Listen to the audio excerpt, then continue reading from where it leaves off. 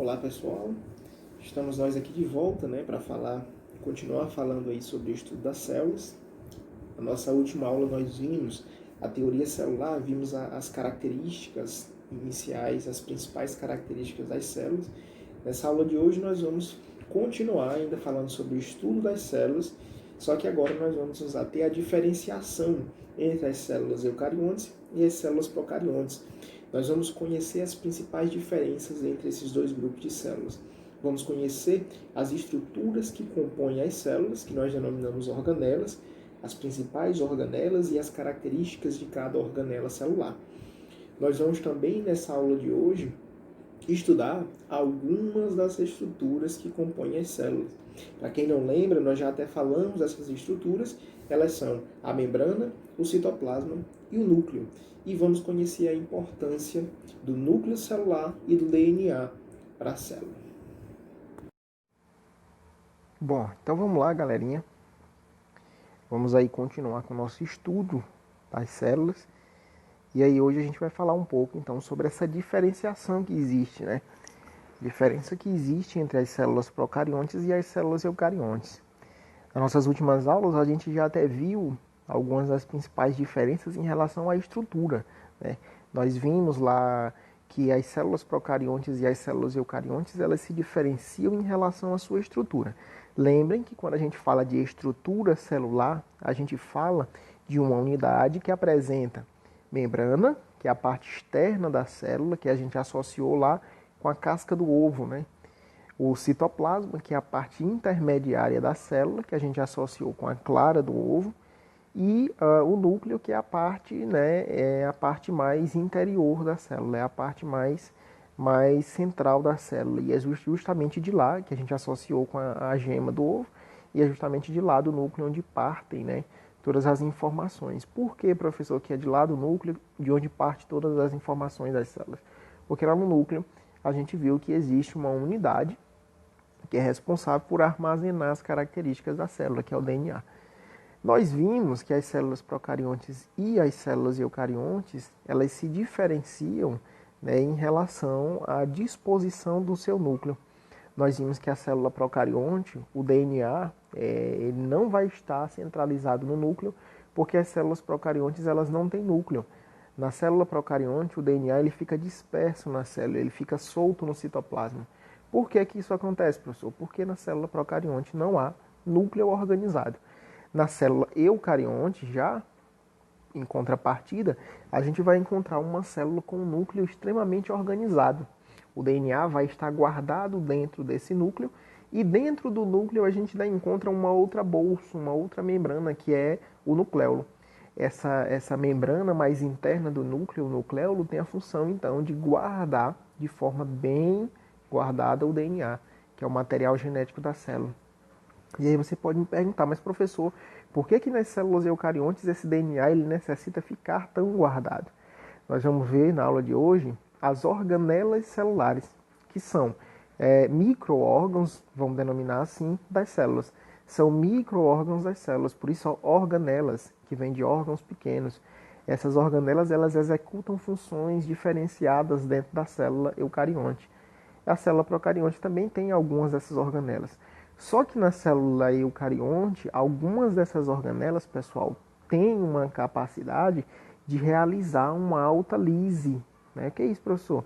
Elas realizam um trabalho de degradação de compostos.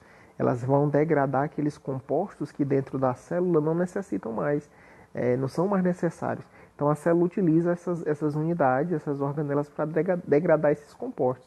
O problema é que essas organelas elas não sabem bem o que elas têm que degradar, então elas saem lá, ó, fagocitando, comendo. Fagocitar é degradar, é comer. Então elas saem lá englobando várias partículas. Elas podem então acabar englobando o DNA da célula. Se isso acontecer, pessoal, a célula vai acabar sendo destruída. Então por isso é que na célula eucarionte esse material genético ele precisa ficar bem guardado para proteger esse material genético da ação dessas organelas, da ação dessas unidades fagocitárias, que são unidades que degradam substâncias. Certo? Então essa é a principal diferenciação entre as células procariontes e eucariontes em relação à sua estrutura. Agora nós vamos ver quais são as diferenças, né, entre da célula procarionte e eucarionte em relação às unidades que elas apresentam, ou seja, em relação às organelas. Então vamos lá. Primeiro, a célula procarionte e a célula eucarionte elas se diferenciam em relação à presença de um envoltório nuclear. O que é esse envoltório nuclear? Uma membrana. Nós vimos que na célula procarionte, essa unidade está ausente. O envoltório nuclear é ausente. Por isso que o núcleo ele é desorganizado, o material genético fica livre no citoplasma nas células procariontes. Já nas células eucariontes, essa unidade está presente e vai garantir uma maior proteção para a célula. O DNA. Nas células procariontes, o DNA ele está livre de proteínas. Né? Ele é uma unidade simples, ele é uma molécula simples, de fita única. Nas células eucariontes, ela já é uma molécula de fita dupla. E esse DNA ele vai estar combinado, ele vai estar associado a proteínas. Que proteínas são essas, professor? Para que elas servem? Essas proteínas são as histonas. Elas são proteínas globulares, né? E elas têm a função de enrolar o DNA, fazendo com que o DNA fique bem enroladinho nela para poder evitar que esse DNA possa ser lido. Porque o DNA ele é um código, né? Ele é um código genético, e lá tem informações importantes da célula, não pode ficar assim exposto.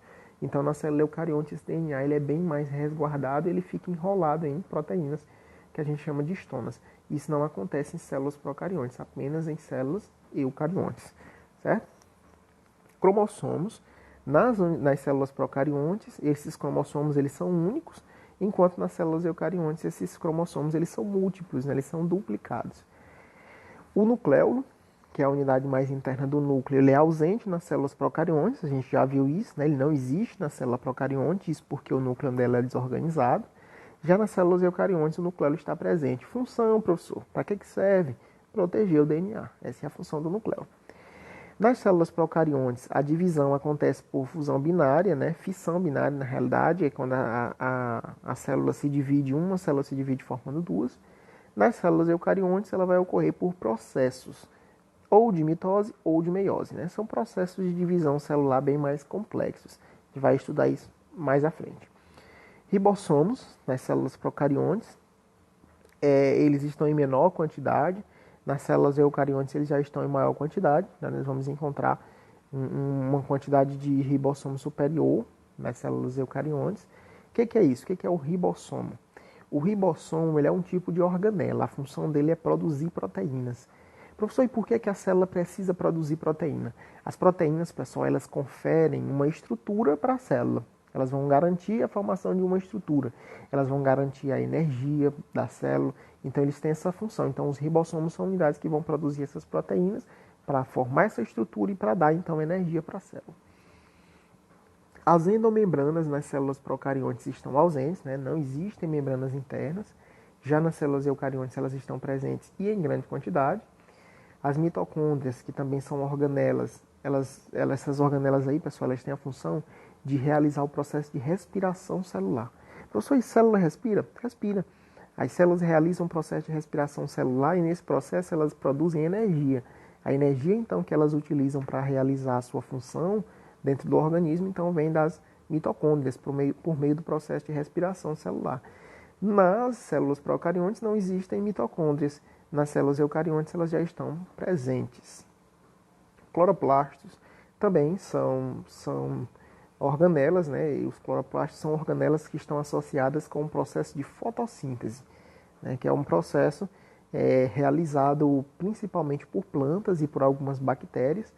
Esse processo aí consiste em captar energia luminosa e a partir da energia luminosa produzir energia. Algumas células procariontes vão realizar esse processo mesmo na ausência de mitocôndrias, mas nas células eucariontes, para realizar esse processo aí de fotossíntese, precisa então ter os cloroplastos, né? É essencial. Então, eles vão estar presentes nas células vegetais, células de plantas. Parede celular. A parede celular ela existe tanto na célula procarionte quanto na célula eucarionte. A diferença é que na célula procarionte, essa parede celular ela não apresenta celulose, que é um tipo de proteína, né? E nas células eucariontes ela já vai apresentar celulose, né? Para ser mais específico, isso vai ocorrer nas células vegetais, nas células de plantas.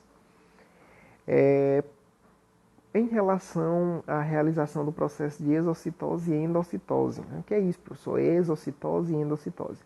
A célula, pessoal, ela tem a capacidade de levar para dentro dela compostos que ela necessita. Assim como ela tem a capacidade de lançar, jogar fora dela compostos que ela não necessita mais. Exocitose significa jogar fora da célula. Endocitose significa levar para dentro da célula. Então a célula leva compostos para dentro dela por endocitose. E ela joga compostos fora dela por exocitose. Esses processos aí, eles estão ausentes em células procariontes, porém eles ocorrem em células eucariontes. Então nas células procariontes, esse processo ele não acontece por endocitose e por exocitose, certo?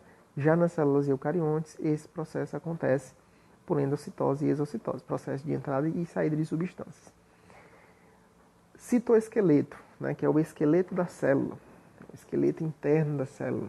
Ele vai estar ausente em células procariontes e vai estar presente em células eucariontes.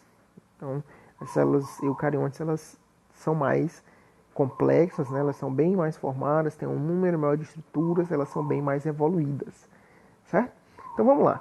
Citologia. Professor, e o que é essa citologia? Citologia, pessoal, é o ramo da biologia, é o ramo das ciências que estuda a célula. Cito, a palavra cito significa célula, logia significa estudo. Então, é o ramo da biologia que realiza o estudo das células. Nós vimos na teoria celular que todos os seres vivos eles são formados por células.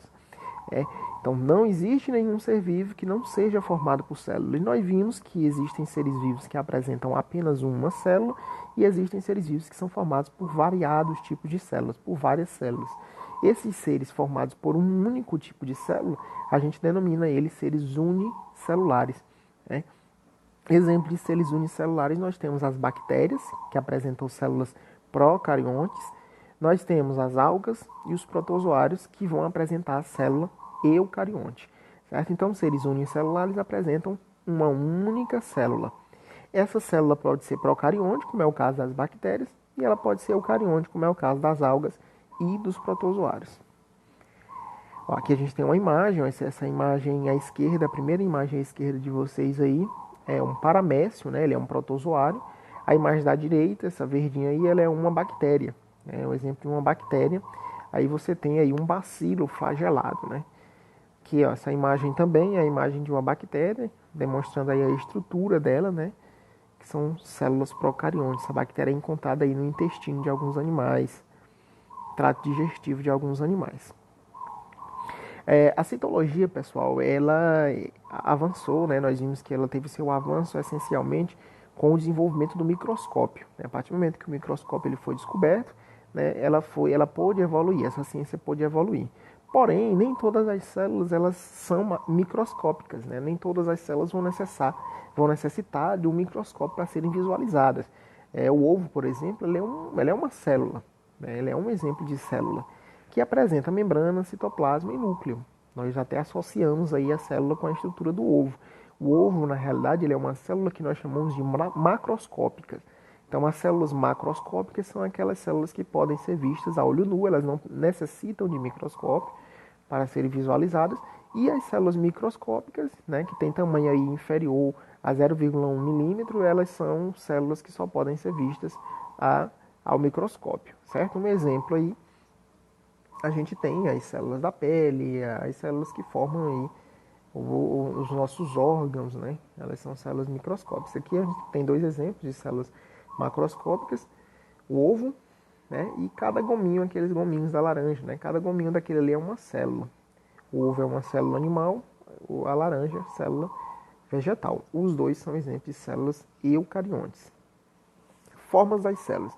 As células, pessoal, elas apresentam formas diferenciadas. Existem formas discoides, como é o caso das hemácias, que são células que nós encontramos no sangue. Né? As nossas células sanguíneas são denominadas hemácias, também chamadas de glóbulos vermelhos. Algumas células apresentam formato esférico. Né? Em sua maioria, elas apresentam esse formato esférico. A maioria das células animais apresenta esse formato.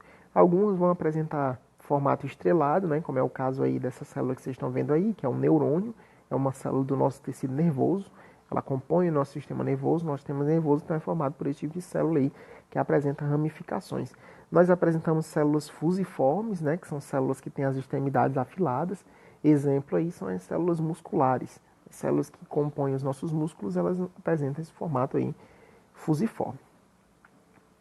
Estrutura, né? Quanto à estrutura da célula, nós vimos que a célula basicamente é formada por 3 partes.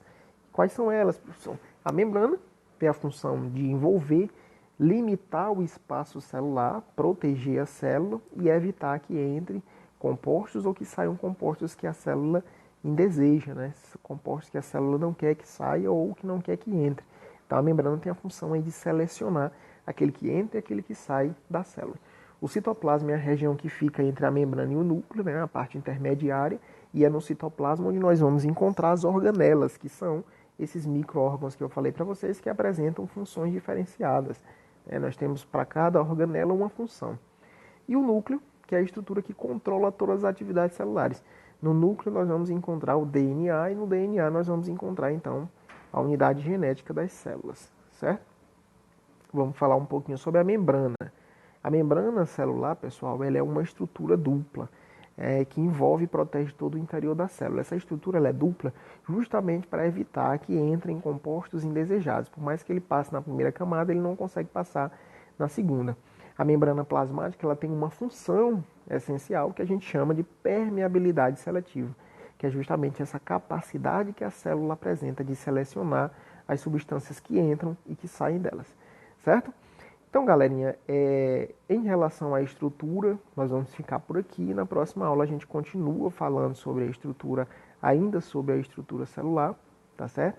Vamos falar na próxima aula sobre o núcleo e vamos falar sobre o citoplasma.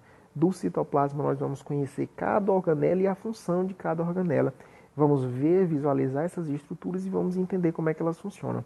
E vamos estudar também o núcleo, né? A importância do núcleo para a célula, certo? Então, até a próxima aula. A gente continua